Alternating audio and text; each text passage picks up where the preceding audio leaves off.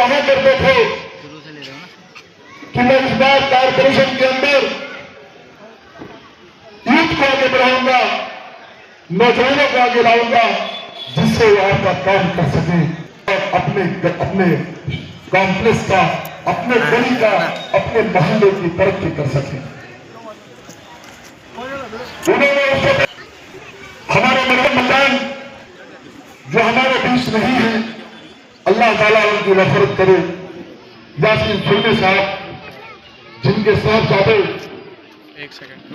इमरान सुरमे, हमारी बहन नाज़िरा सुरमे, कैमरा लेके जा रहा हूं, और मेरा छोटा भाई जो अपने वार्ड में, अपने एरिया में बहुत ही काम करता है, अतीक काचे, उनका बेटा जैद काचे,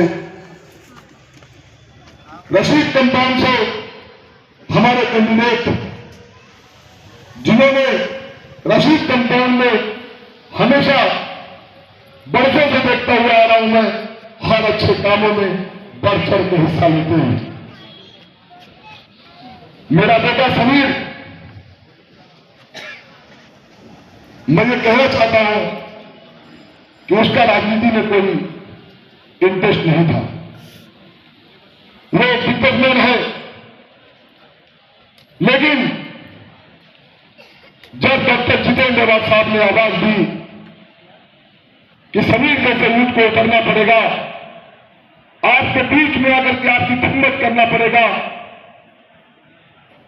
तो समीर ने भी कहा कि अगर अंकल ने चाहा है कि मैं इलेक्शन लड़ूं तो मैं लड़ने के लिए तैयार हूं। मैंने आपके बीच डॉक्टर जितेंद्र आवाज साहब के नेतृत्व में अपने शहर को लेकर के जो भी काम हो सका, मुझे साथ में थाना महानगर पालिका में पीएमडी का मेंबर बनाया था। यहां से लेकर के भिवंडी, गोवंडी, मुंबई, कुर्ला की बसें नहीं सकती थी, हर 5 घंटे में एक बस आती थी अब्दुल्ला भाई, लेकिन वो बसें 5 मिनट के अंदर अब आपको बस स्टॉप पे मिलती है। आप इस बात से कोई इनकार नहीं कर सकता। जब रशीद कंपाउंड के नाके में रात में 2 बजे कॉम्बिंग ऑपरेशन हुआ था, तो इसी डॉक्टर जितेंद्र आवाज ने अपनी गाड़ी को चला करके थाने से कंपाउंड को फोन किया कि साहब यहां पे एसीपी काले साहब हैं, वो आकर के हमारे बुजुर्गों को, हमारे भाइयों को, हमारी बहनों को उठा के डब्बे में लेके जा रहे हैं। तो डॉक्टर जितेंद्र आवाज साहब ने अपनी गाड़ी खुद ड्राइविंग किया और ये चश्मा लगाते रात में उनको तकलीफ है थोड़ा देखने के लिए, उन्होंने वो भी नहीं लगाया था। आकर के पुलिस स्टेशन के अंदर उन बुजुर्गों को, उन बहनों को जो पुलिस उठा के लेके गई थी, डॉक्टर जितेंद्र आवाज साहब ने उनको तुरंत वहां से रिहा करवाया। और सेकंड आर पाटिल साहब मिनिस्टर थे, डॉक्टर जितेंद्र आवाज साहब ने तमाम उलमा कराम का डेलीगेशन भेजा और खुद साथ में गए और उस एसीपी अमित काले का ट्रांसफर करवाया। आज ये जो रोड और सुन्ना पार्क का हम जहां से आते हैं, मुझे 26 जुलाई का वाकया याद है। हसन भाई जुरानी पार से लेकर के हम लोग यहां तक नाव लेकर के लोगों को घर से ला करके बाहर निकाल रहे थे। आप राशिद भाई, अतुल्ला भाई, वली भाई, बहुत सारे लोग, मंसूर टंगरे इस मुहिम में शामिल थे। आज अल्हम्दुलिल्लाह कितना बुजुर्ग रोड हो गया है। मैं कहना चाहता हूं आपको, बाकी बातें साफ करेंगे डेवलपमेंट के बारे में। मैं कहना चाहता हूं आपको कि एक और यूथ को टाइम वक्त दीजिए, ये युवा आपके बीच आकर के आपकी खिदमत करेंगे, आपका काम करेंगे। आज कुछ लोग जो कल तक डॉक्टर जितेंद्र आवाज साहब का हाथ पकड़ के चलते थे, जिनको सबसे ज्यादा निधि डॉक्टर जितेंद्र आवाज साहब ने रशीद कंपाउंड में काम करने के लिए दिया, जिस आदमी ने मुझे कहा था कि समीर को बाहर निकालो, समीर भाई, मैं उसका छता है, मैं उसको साथ में लेकर के रशीद कंपाउंड और शिमला पार्क के हल्के में चलूंगा और इस बच्चे को और इमरान सुरमे को मैं कामयाब करके लाऊंगा। लेकिन सजा ने दोनों बच्चों को छोड़ दिया।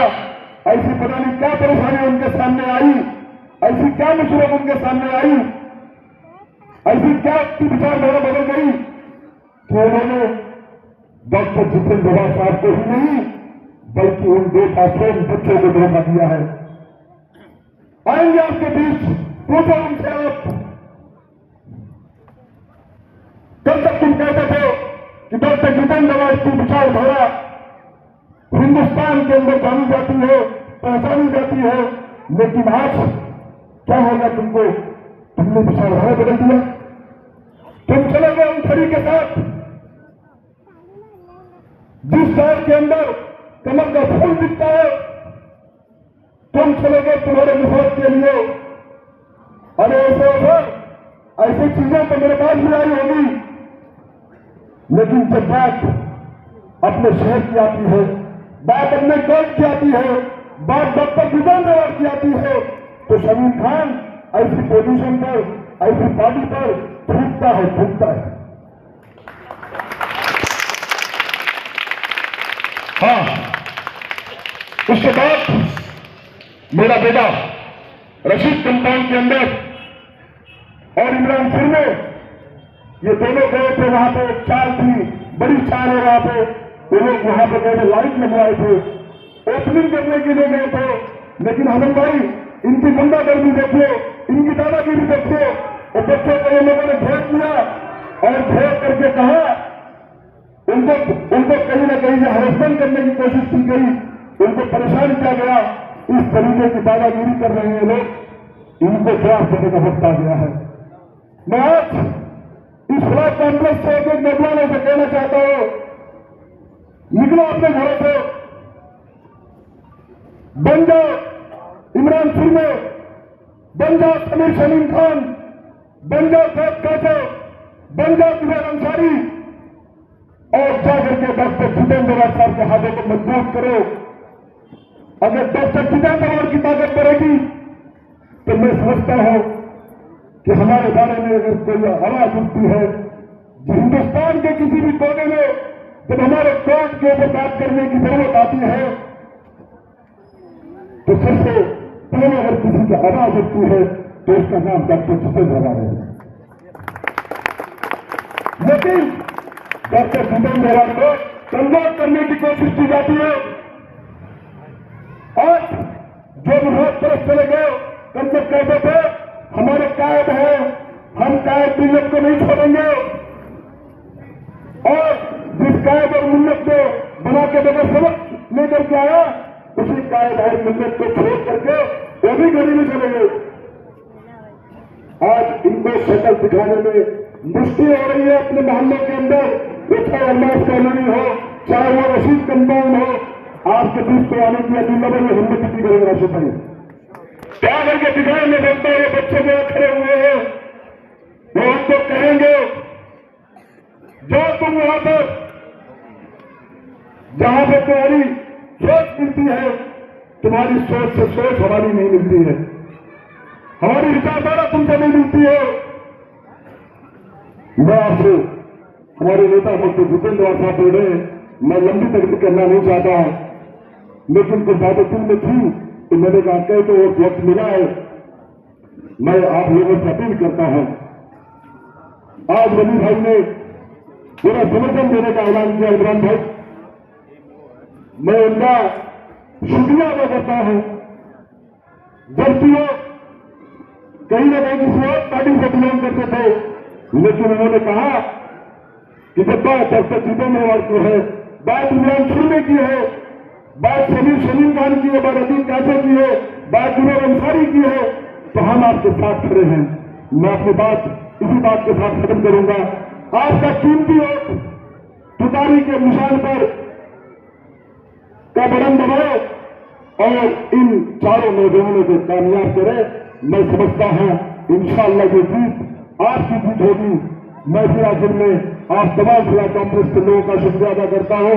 आपने बुलाया, मुझे अपनी बातों को रखने का मौका दिया, आपका खातिन बनकर के ये शमीम खान ने ऐसा काम किया है, और इन चारों की तरफ से वादा करता हूं मैं, ये चारों बच्चे आपका खातिन बनकर के आपका काम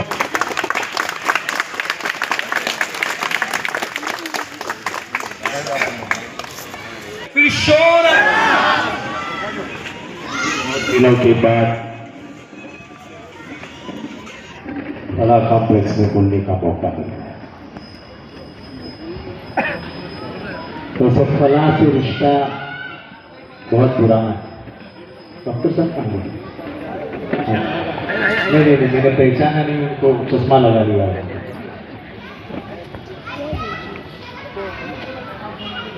दो 2009 में जब मैं पहली बार आया था डॉक्टर साहब, तब आप लोगों ने जो मदद की थी शिमला पार्क से, वो मैं कभी भूल नहीं सकता। आप भी थे, वाशी मार्केट वाले, आप भी थे, अच्छा हुआ करते। और उसके बाद से जो रिश्ता जुड़ता गया, उस रिश्ते में कभी खलल नहीं। काम होते रहे, कुछ काम हुए नहीं, लेकिन कभी दूरियां नहीं दिल के रिश्ते।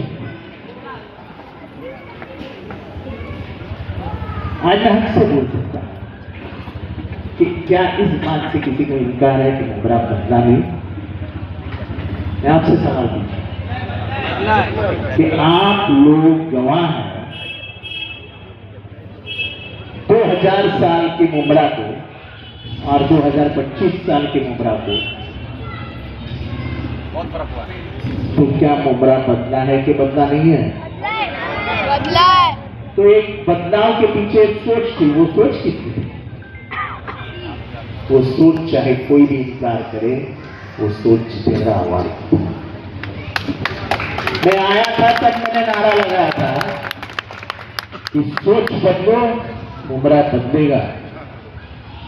आज मैं आते आते इमरान देख रहा था, नाली का काम सुरू हो चुका है। हा नाला आपला बाहेरचा नाला ते आपणच केला ना, हमने किया ना। ये नीचे का कंक्रीट, ये ऐसे कई काम गिनवा सकते हैं। बात पूरे शहर के डेवलपमेंट की। डॉक्टर साहब, मैं आपसे पूछना चाहता हूं, कैंसर की रेडिएशन थेरेपी कितनी महंगी है? सस्ती है, लेकिन आज वो रेडिएशन थेरेपी महात्मा फुले योजना अंतर्गत एक पूरा यूनिट जो कि टाटा कैंसर के बराबर का है, वो यूनिट हमारे हॉस्पिटल में बन रहा है।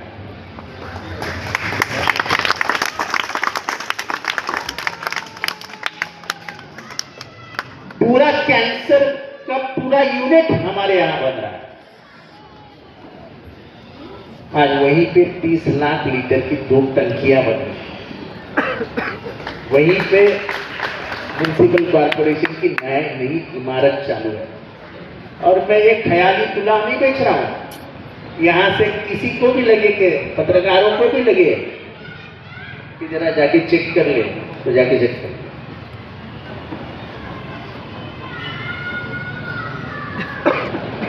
एमएम वैली के रोड ने पूरे मुमरा का इकोनॉमिक्स बदल दिया, और एमएम वैली के रोड जैसे और नए रास्ते इस शहर में आने वाले हैं। सरकार मेरी नहीं थी, सरकार में मेरे विरोधियों पे लोगों को ताकत दी गई थी, लेकिन उसके बावजूद मुमरा का डेवलपमेंट हमने रुकना ही नहीं। ये शिमला पार्क का जो कॉर्नर है वो फ्री करने के लिए हमने ईवीके से एक नया रास्ता निकाला, जिसका काम शुरू हो गया। लेकिन जब मैं ये बात बता रहा हूं, तो आने वाले 5 साल में क्या होने वाला है? तो आने वाले 5 साल में एमएम वैली के रास्ते के ऊपर एक कॉलेज बनेगा, एक इंटरनेशनल स्कूल बनेगी, मुंबई क्रिकेट एसोसिएशन का स्टेडियम बनेगा, ट्रेनिंग सेंटर बनेगा, एक ड्रामा थिएटर बनेगा,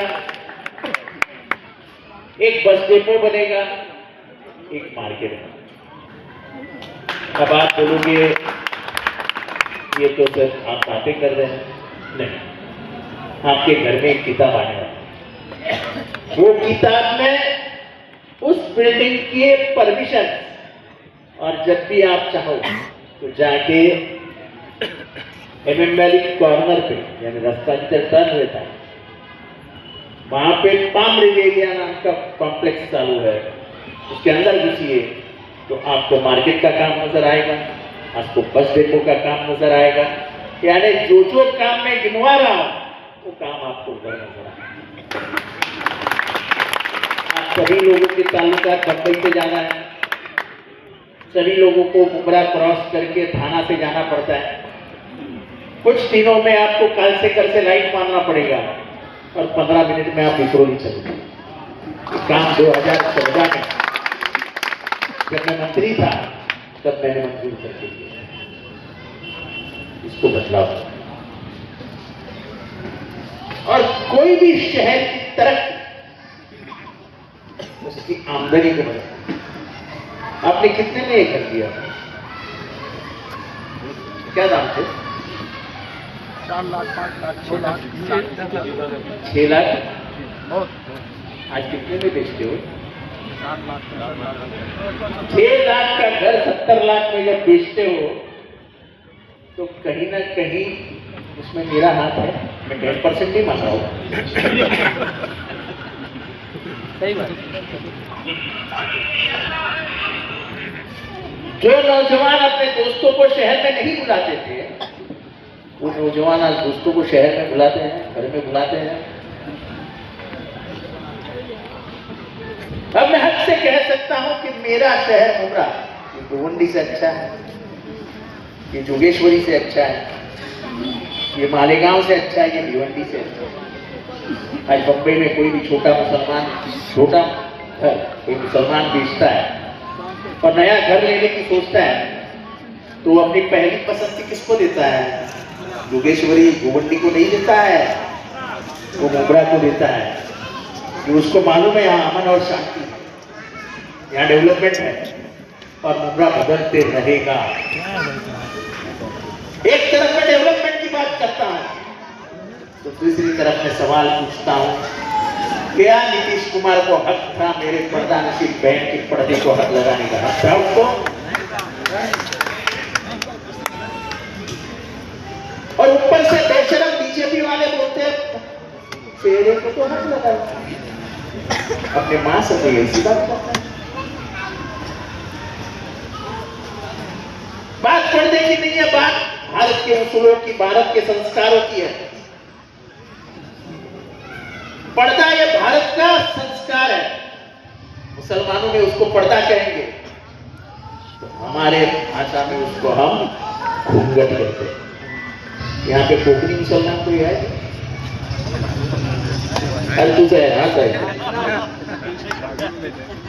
बड़ा महाराष्ट्र में उसको पदर कहते हैं, पदर। जो जिसको उत्तर प्रदेश में घूंघट कहते हैं उसको महाराष्ट्र में पदर कहते हैं। बात यह है कि आज भी औरत हो मर्द हो, अगर सामने बुजुर्ग है तो महाराष्ट्र में, उत्तर प्रदेश में हमारी मां बहनें बिना घूंघट के, बिना पदर के बाहर नहीं जाती है। ये हमारे संस्कार है, हिंदू मुसलमानों के नहीं है।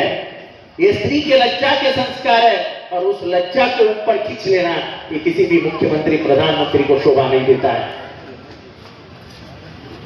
तो ये सोच है तुम्हारी। एक तरफ घड़ी के निशान पे चुन के आया हुआ संग्राम जगताप नाम का आमदार बोलता है लांडे को मारो दांडे। क्या किया तुमने? वही आमदार उठ के बोलता है कि हम अहमदनगर में आप खरीदी करने जाओगे कहीं पे तो मुसलमानों की दुकानों में मत जाओ। ये कौन सी भाषा है? अरे दिवाली के दिन अताउल्ला भाई, वली भाई मेरे घर में आएंगे, ईद के दिन बिरयानी खाने मैं उनके घर में जाऊंगा। ये हमारा भारत है, ये हमारी भारत है। और ये सोच को साथ में लेके चलने वाले हैं। इस सोच जब मैं रखता हूं जब जलगांव के ट्रेन में एक 70 साल के बूढ़े को मारा जाता है, उन नौजवानों को जेल में भेजने का काम और कोई नहीं करता है, जितेंद्र आव्हाड करता है। मेरे बाप को तुम नहीं मार सकते। जब ट्रेन में राइफल उठा के दाढ़ी टोपी देख के गोली मारी जाती है, तो उसके खिलाफ अगर देश में पहली आवाज उठती है, तो मैं हक से कहता हूं वो आवाज जितेंद्र आव्हाड की उठती है। क्या मुझे बेटी नहीं है? क्या मुझे घर नहीं है? क्या मुझे मौत से डर नहीं है? कि मैं सत्ता से हाथ मिलाना नहीं चाहता हूं? सब करना चाहता हूं, लेकिन गांधी, नेहरू, अंबेडकर के देश में सिद्धांतों से कॉम्प्रोमाइज नहीं करना चाहता। और यहां के मुसलमानों का मैं हमेशा सोचता हूं, 2 इलेक्शन यहां पे मेरे सामने मुसलमान कैंडिडेट खड़े थे, यहाँ के लोगों ने 80% वोट जितेंद्र आव्हाड को दिए, किसी मुसलमान को नहीं। ये मैं शक्ल से अच्छा हूँ, थोड़ा सा गोरा हूँ, आंखें खारी है, बिल्ली की आंखें है, इसलिए नहीं मिलते। जो नाले का काम करता है, गटर का काम करता है, हर चीज में मदद पाता है, फोन करो तो फोन उठाता है, केम का काम हो, टाटा कैंसर का काम हो तो करके देता है, तब वो बोलता नहीं मैं आमदार हो जाऊं नगर के पास। हर काम में अपने साथ देने वाले को ही लोग साथ देते हैं, और वही जितेंद्र आव्हाड के साथ हुआ है। और इसलिए इस चुनाव में भी 2 विचारों पे लड़ाई है। एक डेवलपमेंट पे लड़ाई है, चलो आओ बाहर, चलो मेरे साथ मैं दिखाता हूं कॉलेज कहां बन रहा है, चलो आओ मेरे साथ मैं बताता हूं डेपो कहां बन रहा है। क्या ये डेवलपमेंट नहीं है? ये जो कैंसर हॉस्पिटल बन रहा है, ये क्या डेवलपमेंट नहीं है? मुंबई क्रिकेट एसोसिएशन का स्टेडियम में आना, क्या ये डेवलपमेंट नहीं है? 4 लाख का भाव 70 लाख पे जाना, क्या ये डेवलपमेंट नहीं है? अगर मैं उसके लिए जिम्मेदार हूं, ऐसा आप मानते हो, तो फिर मेरा हक मैं अदा करने आया, हक से आपसे कहने आया हूं कि मैं विधानसभा में लड़ूंगा, लेकिन नाले का काम करना है आव्हाड साहब, ये बोलने के लिए मुझे इमरान सुरमे चाहिए।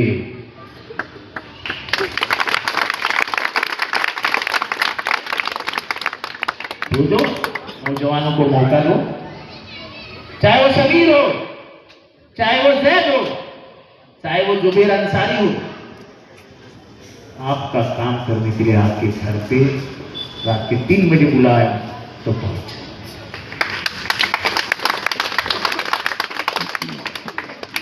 अब तो एक नया दौर शुरू हो गया। जितेंद्र आव्हाड का साथ इसने छोड़ा एक प्रेस कॉन्फ्रेंस, जितेंद्र आव्हाड का साथ उसने छोड़ा एक प्रेस कॉन्फ्रेंस। आज मुझे बहुत अच्छा लगा सुल्तान साहब, आज मुझे बहुत अच्छा लगा कि जो लोग मिट्टी चोरी का आरोप मुझ पर कर रहे थे और जिसके ऊपर मिट्टी चोरी का आरोप लगता था, वो आज उनके साथ शामिल हो गए। तेरे एक सीधा मतलब था, मिट्टी चोरी गलत आरोप था, सिर्फ मुझे बदनाम करने के लिए किया। और मैं आज भी कहता हूं, जो कब्रिस्तान मैंने लाया 5 एकड़ का, वो पूरे भारत में और कोई ला भी नहीं सकता। आज कम से कम 10,000 कब्र वहां पे बनी हुई है। कहां जाते हैं ये 10,000 लोग अगर वो कब्रिस्तान नहीं होता तो? मिट्टी चोरी हुई नहीं, किसी ने मिट्टी चुराई नहीं थी। आरोप करने के लिए ठीक है, आरोप कर लिए, लेकिन जिसके ऊपर आरोप किए आज उस हमारे साथ क्यों किए तुमने? इसका मतलब सीधा है कि कोई दोषी नहीं था, सिर्फ वक्त का खेल खेल रहे। और इसलिए आने वाले चुनाव में कुछ और मत सोचिए, सामने रखिए एक चेहरा, नाम उसका जितेंद्र आव्हाड। सामने रखिए, उसकी निशानी उतारी और एक तरफ देखिए घड़ी के पीछे हुआ छुपा हुआ कमल। अब क्या क्या दबाना पसंद है? जब आवाज दे दिया फिर खुश हुआ। मैं इतना ही आपसे कहना चाहता हूं कि बदलते हुए वक्त में मैं नहीं बदला, हालात बदलते गए, मैं नहीं बदला, क्योंकि मां के दूध को भूलना मुझे मेरी मां ने सिखाया। अब तो हालात ऐसे है कि वक्त बदलने पे लोग मां को भी बदलते। एक मिनट, ये वासी बाजार वाले हैं। आजकल तो पहले बैल का बाजार लगता था, गाय का बाजार लगता था, मुर्गी का बाजार लगता था, अब तो राजनीति में राजनेताओं का बाजार है। बोल तेरा भाव क्या? अगर इंसान खरीदे जा सकते हैं तो फिर देश और दुनिया में बाकी क्या है? मैं आपसे सिर्फ इतना कहने आया कि आपका ईमान गवा देगा मां के दूध को भूलने वाले लोगों को वोट देने का? मैं आपसे पूछ रहा हूं कि आपका ईमान गवा देगा कि जिसको मैंने मां के जैसा प्यार दिया, जिसका हर मुसीबत में मैंने साथ दिया, मौका आता है आते ही रात के अंधेरे में बाप को अकेला छोड़ के भागे? है कैसे राजनीति कर? आज भी मेरे को मौका मिल सकता है सबसे बोलने वाला आमदार हूं विधानसभा में, लेकिन मेरे 25 साल बीते शरद पवार साहब का साथ मैंने नहीं छोड़ा।